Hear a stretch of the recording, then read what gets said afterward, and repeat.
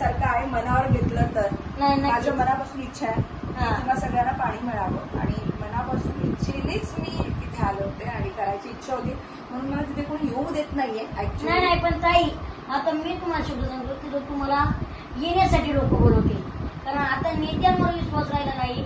आणि खरं तर तुम्ही जर हा मुद्द्याला हात घातला ना, हा मुद्दा विसरून देऊ नका. हा मुद्द्याला हात घालणं लय गरजेचं आहे. आज आमचा भाग म्हणजे कांदा बागायतदारी, ऊस बागायतदारी, पण साखळीमुळे या लोकांनी फक्त साखळीचं प्रकरण आणायचं राजकारणात. आता आमच्या राजकारण काय चालू आहे? विकासाच्या मुद्द्यावर नाही चालू, फक्त एका मुद्द्यावर चालू आहे, साखळी. साखळी म्हटलं की फक्त राजकारण ठेवतात फक्त.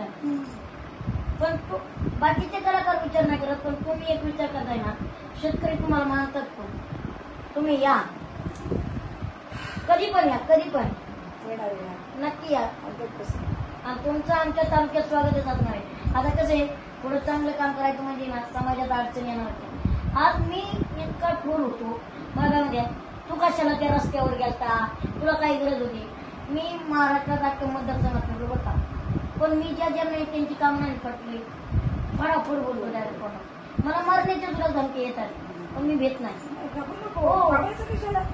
एवढं चांगलं एवढं सगळं स्पष्ट बोलतो तू. हो नाही, मला काय म्हणतात, तू कुणाच्या बाजूने बोलतो, तू पैसे घेऊन.